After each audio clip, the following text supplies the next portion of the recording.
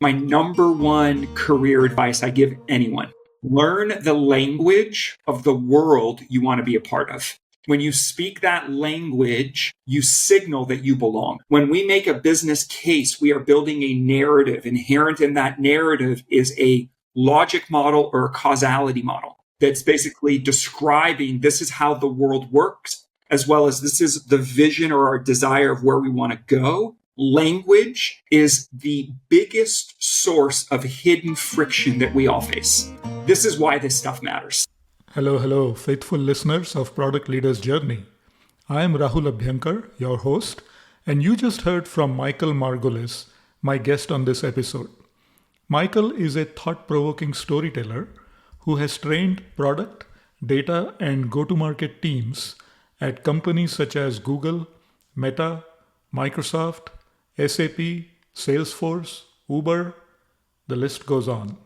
He is also the author of 2 books, Story 10x, Turning the Impossible into the Inevitable, and Believe Me, a storytelling manifesto for innovators and change makers.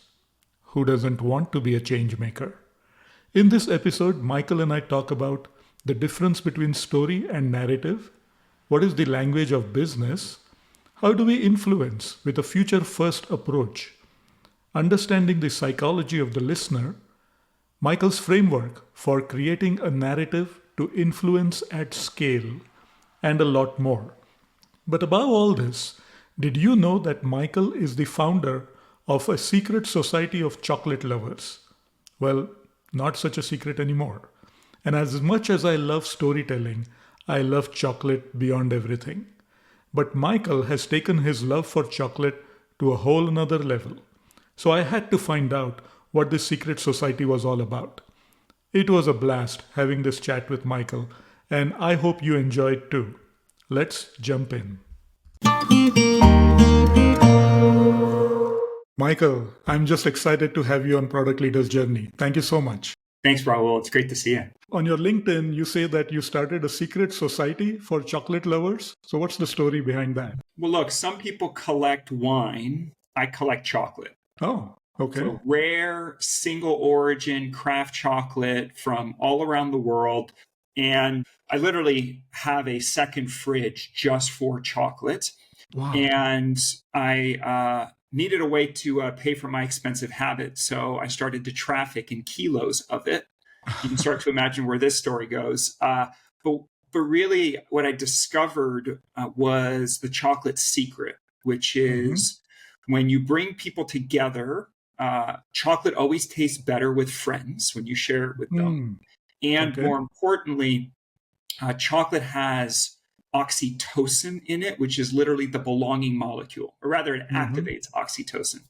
And so I started hosting these chocolate tasting events, and I saw this as experienced this incredible way that people would open up and connect with each other. And so it turned into a bit of a signature thing for me. And when we get into chocolate, the way that I collect chocolate and introduce people to chocolate is the same way that people might experience the taste of a rare vintage wine.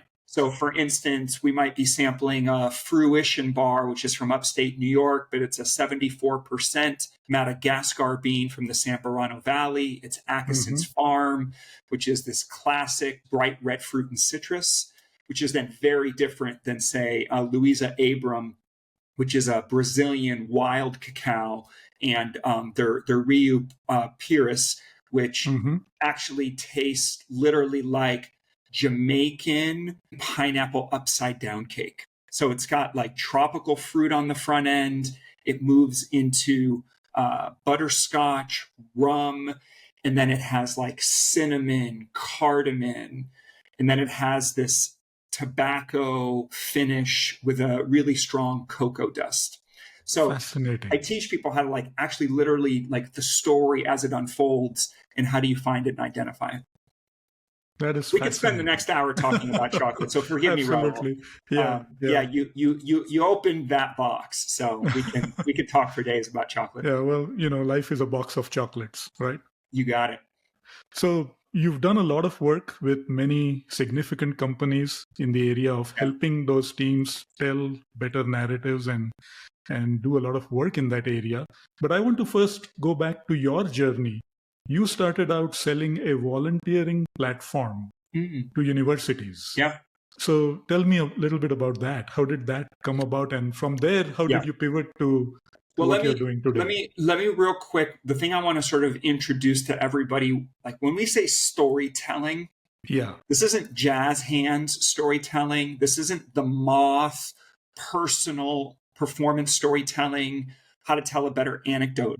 When I say storytelling, this is about the narrative that drives investment, that gets buy-in with executives, that turns data into the story, that allows you to manage up, down, and across when you're working on something that is complex, technical, hard to explain, and we're all dealing with this incredibly rapid pace of change, which things are moving so fast we don't know what story we're in anymore. So when I say story and storytelling and what we do at Storied, it's teaching people how to think in narrative, and that this is actually the secret to, as a PM, you're taught all the time to demonstrate rigorous thinking. And we're being asked to write more frequently through memo culture, internal strategy docs, executive presentations, TLDR summaries, status updates, all of these places where how we write, how we speak, how we convey our ideas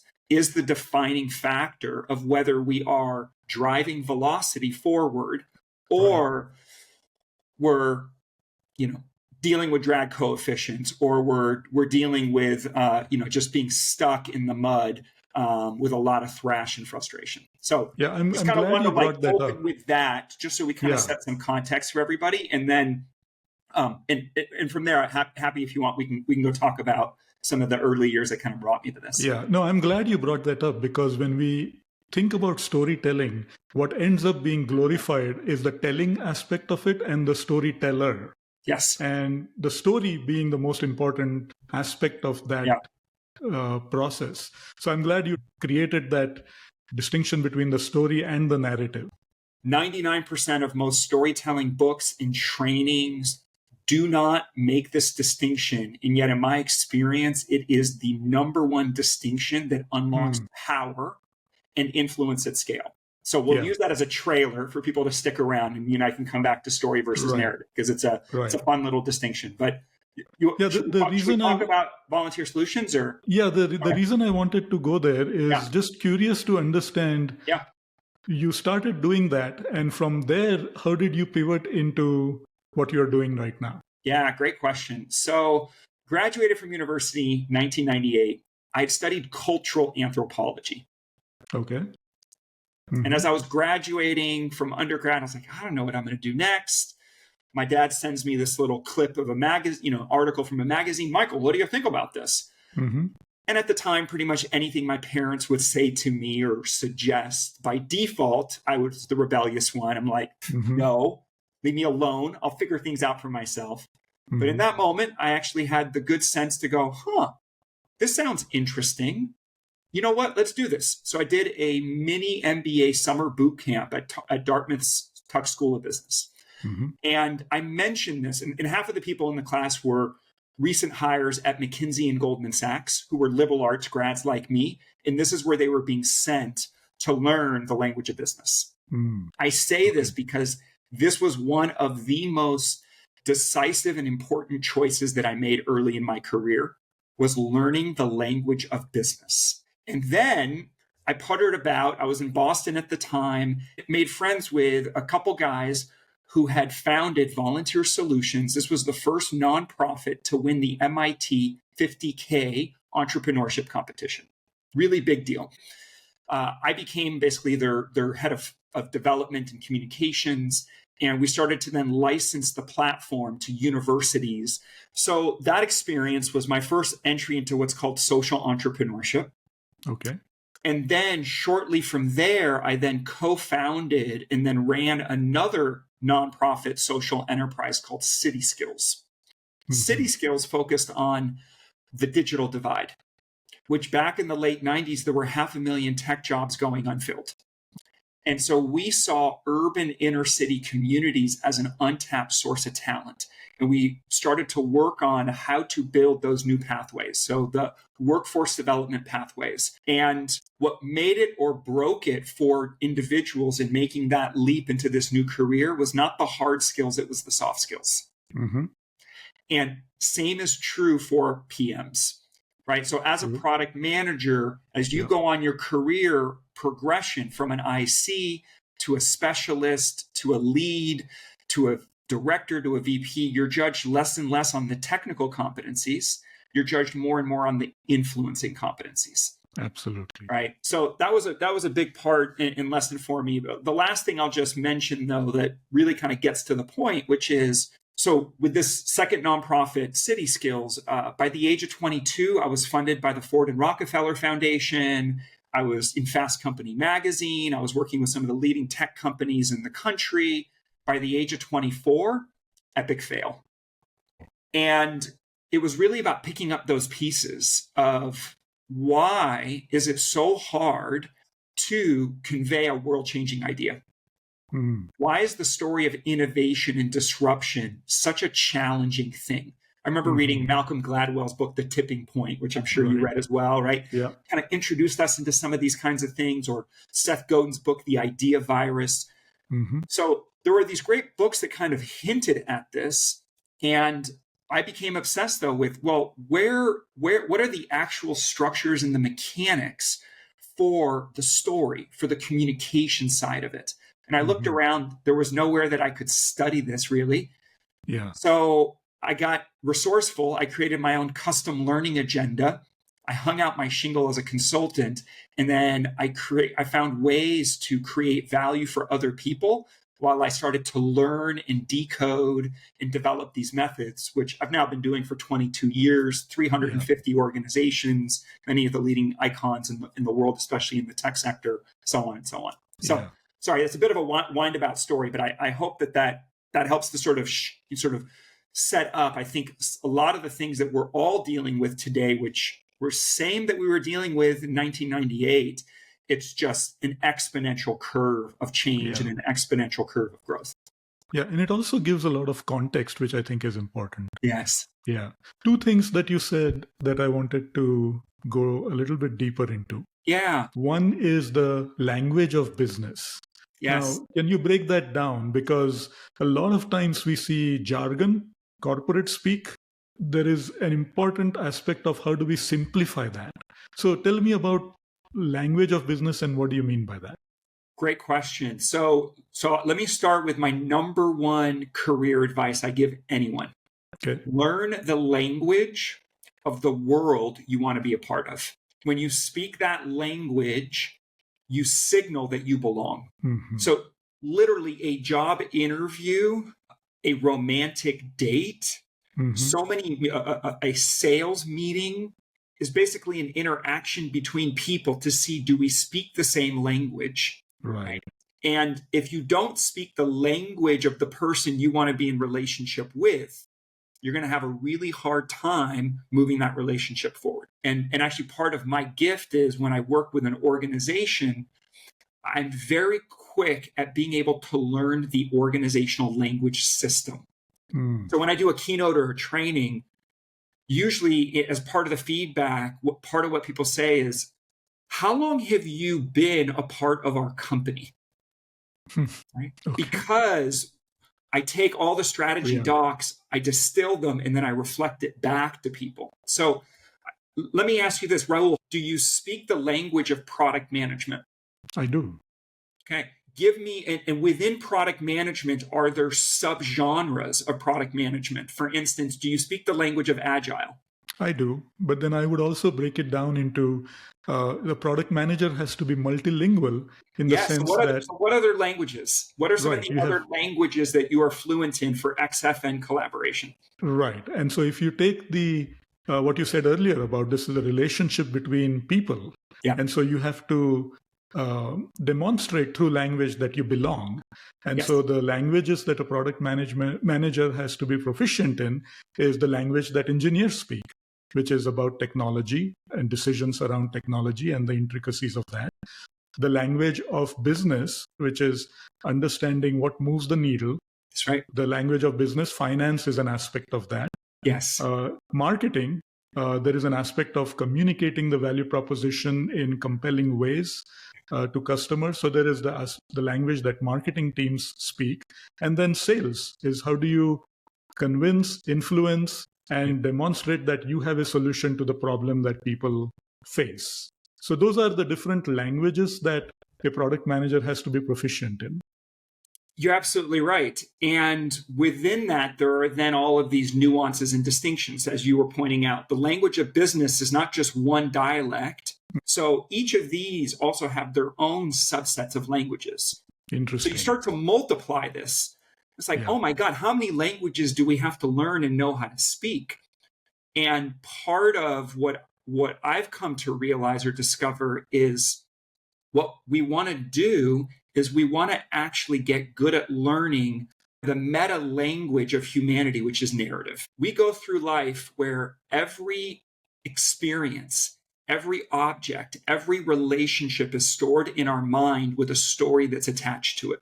Mm-hmm. When we make a business case, we are building a narrative. Inherent in that narrative is a logic model or a causality model that's basically describing this is how the world works, as well as this is the vision or our desire of where we want to go.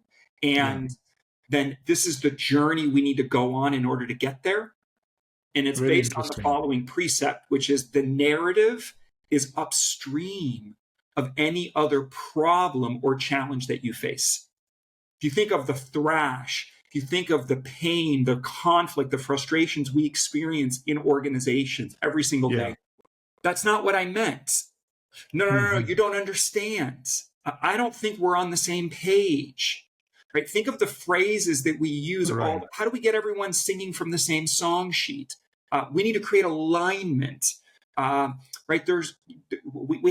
We don't have aligned incentives. Like all of this is a process of framing language so that everybody can find themselves in the same story.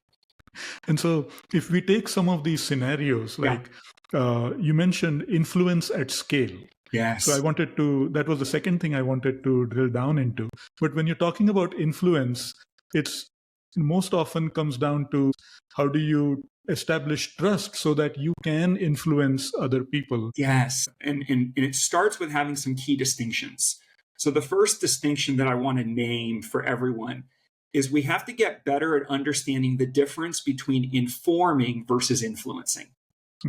And so often we get caught informing others instead of influencing. Let me give examples of this. So informing is when you are in front of an executive, in front of a skip level, in front of an XFN, cross-functional counterpart, or even the people who report to you. But informing is when you are describing, this is what we've done, this is how we got here. Influencing is, this is where we want to go and what we need in order to get there. Right. And here's what's counterintuitive. Well, Michael, I'm telling a story. I'm telling the story of where we've been and what we've done to get here. Perfectly valid. Here's the reframe. We think storytelling is beginning, middle, and end. But in today's day and age, information overload, attention deficit, you actually have to start with the future first instead of starting with the past. I'll give another example of this. Data. We all need data. You better have the data, but guess what? Data is a story of the past. Disruption is a story of the future. We always start with the future first. Once you've talked about the future, and what you need to do is tell a love story about the future. So this is something that we get into in our programs of how do you frame things in a way that is positive, aspirational, motivational, rather than describing the future based on what's wrong, broken, what needs to be fixed.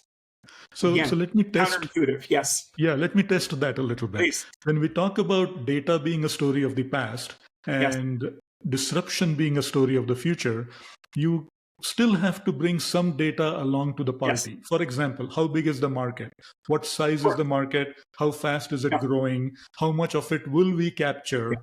So there is an element of bringing that data along. Well, so one of our signature frameworks that I described in my latest book, Story 10X, is called the SFB Narrative Method, Okay. and it's how to basically build an undeniable description of the future. And it goes like this, which is people have to see it and people have to feel it in order to believe it. Okay. So, SFB. yeah, SFB. So these are decision gates in the influencing process. So what does this mean at a narrative or rhetorical perspective? So Right. see it is all about zooming out, helping people see the big picture. What are the things that are possible now that weren't before? This is all Yeah. about opportunities and possibilities, the context for change.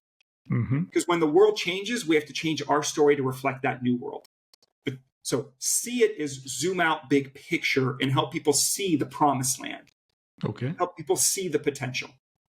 Step number 2, feel it, is zoom in, get up close and personal and talk about who's at the center of this story. What do they want and what gets in their way? So this is desires and dilemmas. This is how you humanize, how you create empathy, how you really focus on, oh, damn, that matters. Ooh, I'm moved by that. So if you get people to see it, you capture their imagination with a big picture idea and possibility and something that's going to bend the curve, something that's going to unlock growth.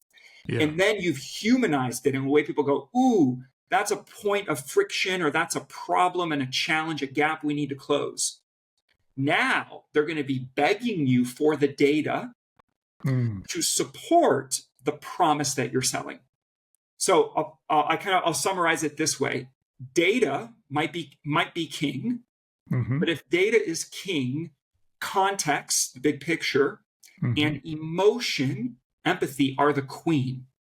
Context and emotion are the queen. The queen should always go first.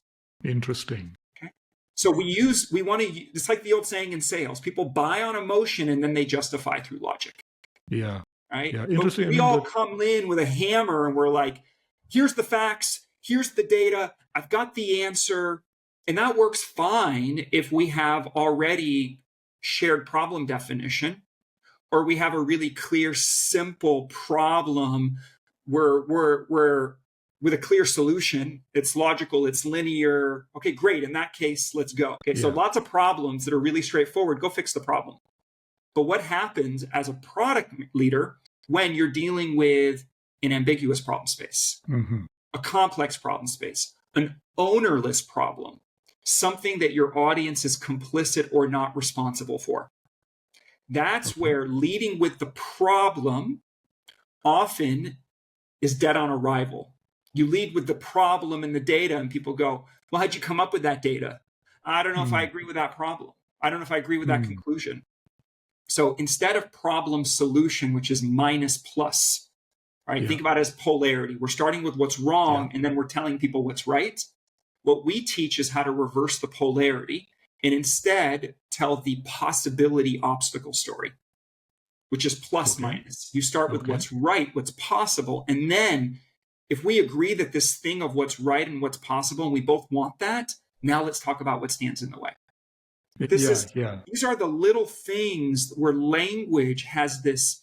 So you know how we're all obsessed with velocity, right? And we're obsessed with how to reduce friction. Language is the biggest source of hidden friction that we all face. This is why this stuff matters. And, when you talk about the distinction between storytelling and narrative, or a story and a narrative, what also jumped at me is when we focus too much on the telling side of it, then we start to think about, okay, how do I reduce my anxiety? And how do I come across as credible? And the focus is on the teller. Now, when you talk about narrative, and then bringing that narrative, like you said, possibilities and obstacles and so on, you're also showing empathy to the listener. And so talk about the psychology of the listener that you're trying to influence. What a great question. Well, there are 5 story listening techniques that we actually teach in our signature program. Okay. And because what often happens is we very rarely truly listen. Oftentimes, as we're listening, we are listening to respond, or we're listening to confirm, or we're listening to control, or we're listening to like there's some other agenda going on versus truly being able to listen and have the receptive field. So the 5 listening techniques that we teach actually, number 1 is when you're listening to someone is to identify where do they come to life? Okay. Where's the energy? Another listening technique is where do you as the listener go, oh, yeah, me too. Where do you self-identify? Another listening technique is really about power words or phrases. Man, that phrase, you know, Michael, I noticed you used influence at scale. That sounds really important. Right. Let's talk about that. I can tell when you said that really means something to you, and I think it could mean something to me and my audience. Yeah. Okay. So we listen for certain power words, phrases, metaphors, okay, the things that have reverb. And then lastly, you listen for things that elicit questions, places where you're either curious or you're confused. Like, I'm curious, let's click down on this. Yeah. Or, can you clarify? You mentioned this. What do you mean by this? So these become ways that you can actually create better shared context, better shared understanding. And when we have that, you're unstoppable.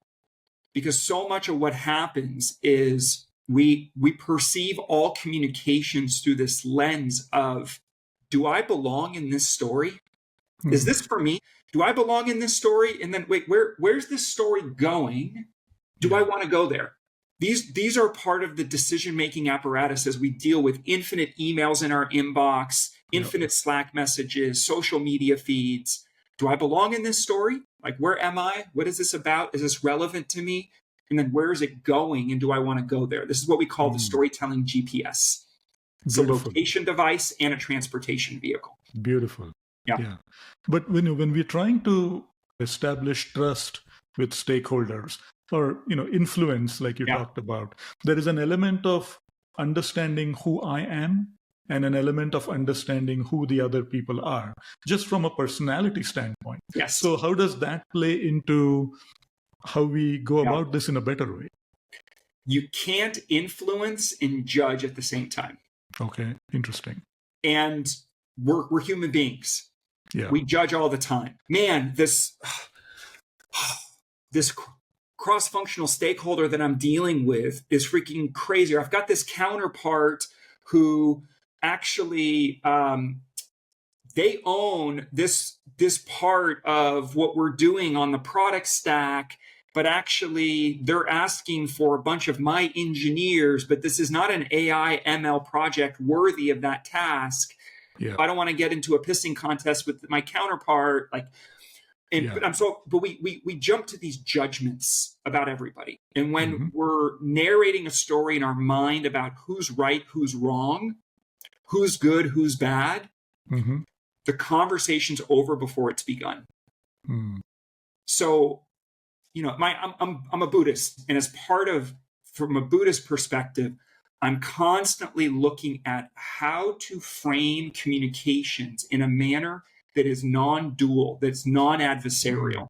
Okay. And back to, you can't influence and judge at the same time. So I'm a big fan of actually a phrase from the world of a Landmark, if anybody's familiar with Landmark Forum. Yeah. And they have a great definition of integrity. Integrity is not a moralistic judgment. It's not about right, wrong, good, bad. Integrity is really simple. Is it working? Is something working or not working? And if it's not working, what do we need to do in order to make it work? It's that simple, but it's value neutral. It's simply, Raul, if we're in a relationship together, if we're building something together, well, I don't know, is this working or not working? And is it working or not working for you? What's not working for you? Okay, let me understand what's not working for you. Well, you know what? Here's what's working for me. Here's what's not working for me. Okay, what do we need to do in order to make things work? I mean, it's what we do in an effective retro, like start, stop, continue, right? It's that process. Yeah. Isn't integrity about being in alignment with values? For example, my actions, thoughts, and words being in alignment with my values. Is that not integrity? Great. It might be for you. And I think that's certainly a fair statement and way to think about it. Here's my observation. Okay. Values don't scale. Values, by definition, are evaluative. We tend to think of values in a binary construct, like integrity, like belonging, like collaboration, or any of the value words that people print and laminate and put on the wall.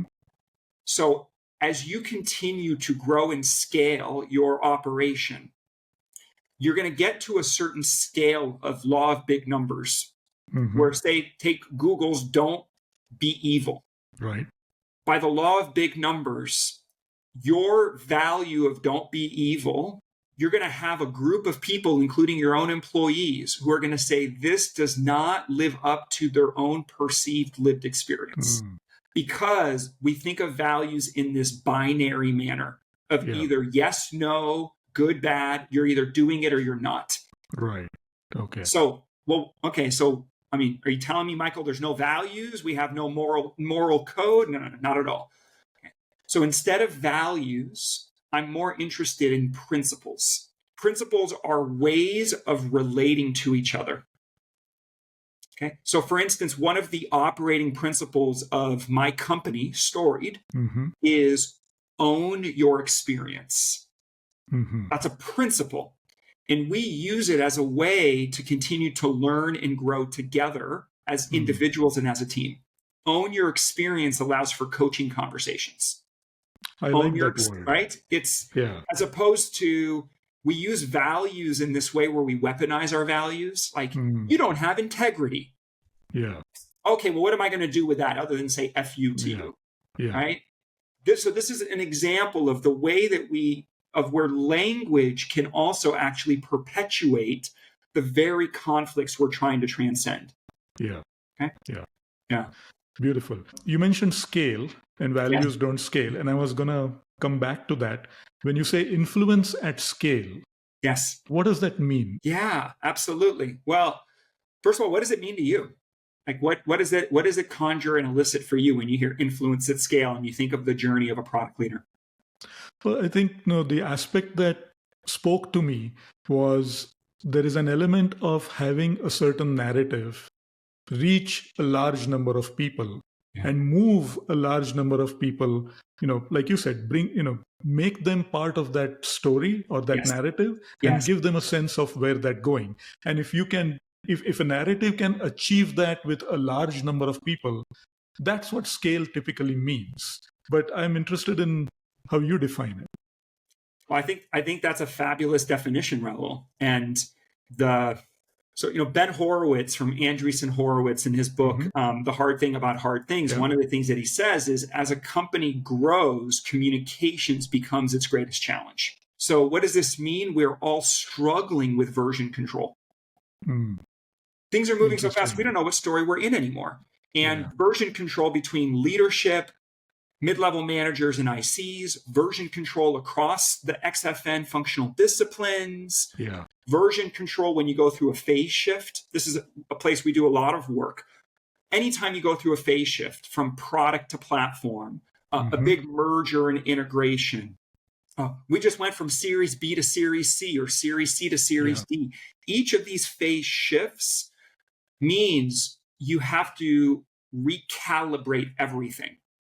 Another way to say this is anytime you 2x revenue, user base, or headcount, you have to rebuild the plane while you're flying it. All of this is communication. So back to influence at scale. As I mentioned earlier, this progression in one's own career path, you're judged less and less on the technical competencies, more and more on your influencing competencies. And very few people have been taught how to effectively influence, especially in a non-adversarial, non-oppositional way. It's not about power over another, right? We rarely, even if you have the positional authority, just because you've got positional authority doesn't mean everybody's going to listen and follow you. Yeah. Right? There's a really high bar of expectation of what you need to do in order to bring everybody along. And goes back to what you said earlier, which is, am I in the story? That's right. Yeah. That's and right. where is it going? Yeah. Now, we have identified that there are actually, we've come up with a new assessment called the influence archetype assessment. That there are different natural styles of influence. So we don't all have to influence in the exact same way. But when you understand these three profiles, you discover what are your superpowers, what's your growth edge, what's your kryptonite, and then also you can use these three profiles to better understand the stakeholder you're trying to influence, whether that's your boss, a skip level, the CEO, and so on. Okay, so that's an assessment that you offer. Yeah. And how do listeners take advantage of that? Yeah, great question. So, here's what I can offer to your listeners. If you are a VP or director level leader in tech, specifically a product builder, we can send you a link. You can take this short assessment and then have a 15-minute consult with me where I will walk through specifically the assessment, its implications, along with quick tips for you on what you can do based on your profile, as well as the profile of the stakeholders you want to influence. Excellent. Yeah. Excellent. That's great. So can you touch upon what those archetypes are? Yeah, they're fascinating. So here we go. So number one is the natural promoter. It's about 5, at most 10% distribution in the world of tech. Natural promoters are the big idea people. They're the ones who just ooze charisma. They have an ability to immediately move the room. They're driven by getting to the future, getting to next. But their kryptonite is they move too fast. They skip over the details. They can be perceived as a little too destabilizing to the organizational system, the processes and the structures. Right. So that's the natural promoter. Next, we have the quiet maximizer.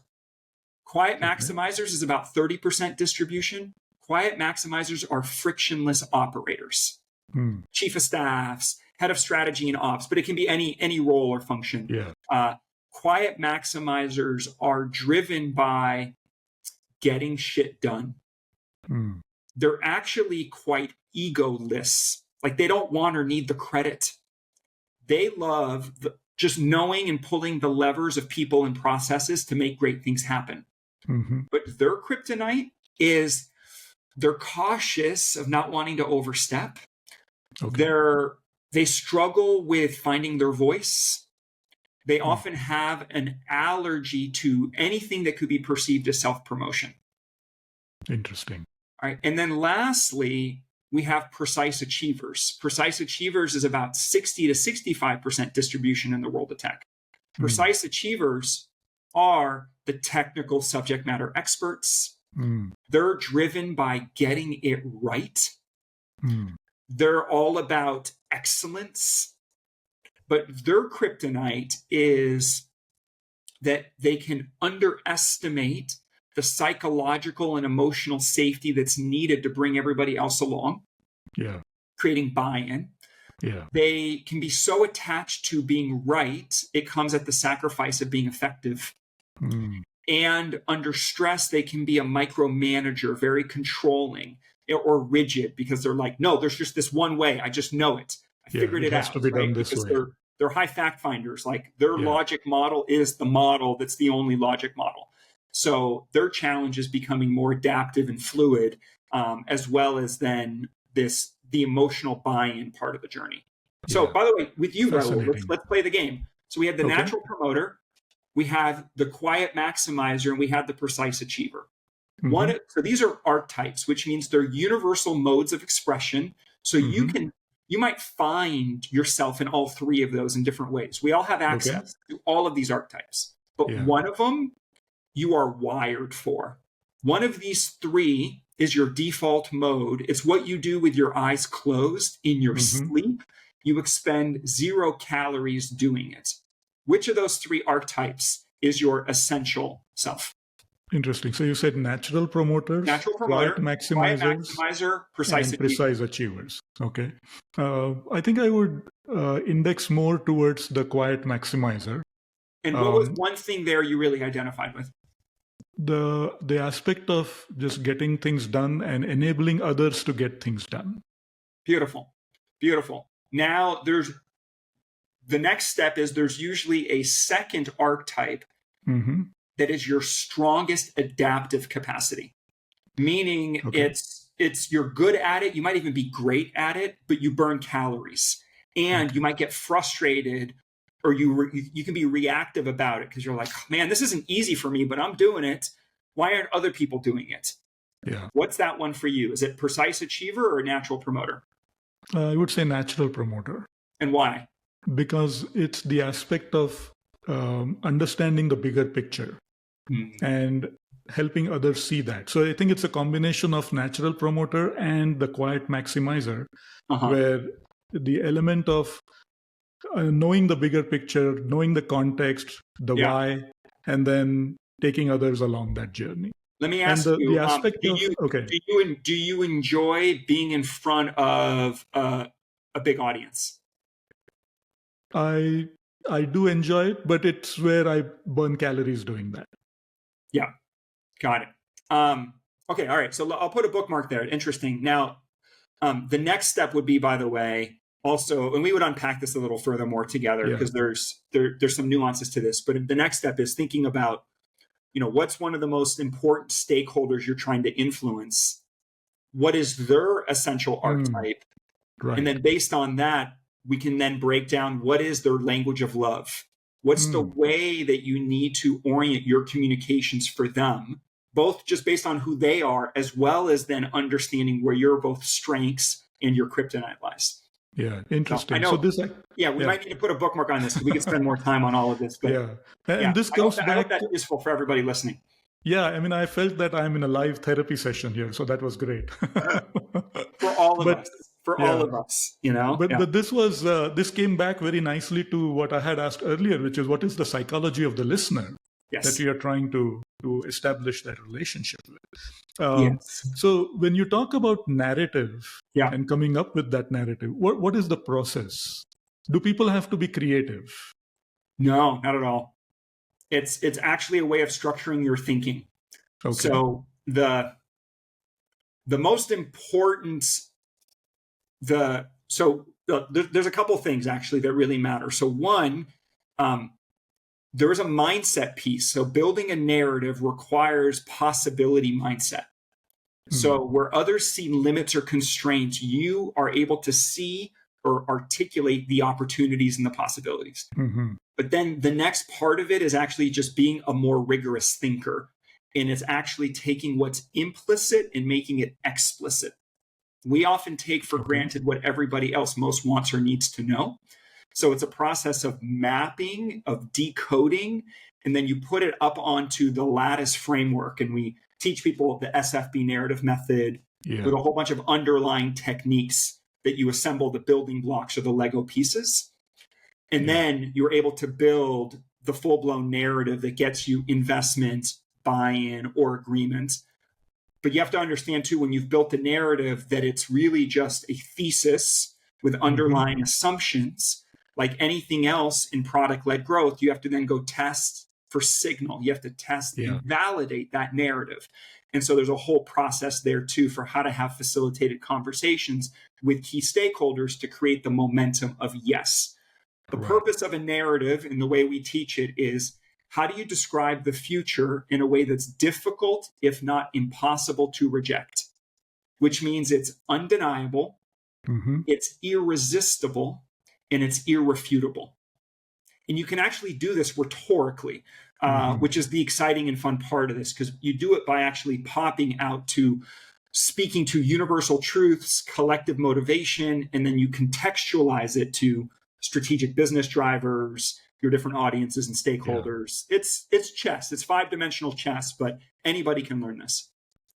And one thing that probably is a big part of it Yeah. is assumptions. We all have Yes. a number of assumptions that we carry forward. And how does a narrative effectively break through or at least surface those assumptions so that you can have an effective conversation about it? 100%. And similarly, the reason that most relationships, both personal and work relationships, break down is because of unmet expectations. Most conflict, most breakdown in relationships is around people meeting a set of expectations that were never made explicit. Wait, you're holding me to a set of expectations and standards that we never created a shared agreement about. Yeah. Okay. That's the crux of it. We're moving so fast. We have these expectations and these assumptions in our head, and then there's context collapse because people are operating from a different set of expectations or assumptions, and we never take the time to get on the same page, including stack ranking our expectations and our assumptions in a way that's mutually value creating. That's really the deeper ontology of building a narrative where you can influence at scale. Fascinating. Michael, so much to unpack here. And I just thank you so much for this wonderful conversation. Phenomenal. Thank you again for being on Product Leaders Journey. As a product manager, you are like the general manager of a feature, of a product, of an organization. It's your job to narrate the journey. If you're not doing it, someone else is going to do it for you. But in reality, often no one's doing it. So this is why storytelling is the #1 competency that product leaders have to develop in order to steer the ship, right? In order to drive and bring all the other different functional stakeholders along and in a way that's mutually value creating. Phenomenal. Yeah. Thanks once again, Michael. My pleasure. Talk to you soon. All right. Take care. Bye. Thank you so much for listening. If you found this valuable, please consider giving us a rating or leaving a review, as that really helps the podcast to reach more listeners. You can subscribe to the show on your favorite podcast app, and you can find all past episodes at productleadersjourney.com. See you again soon.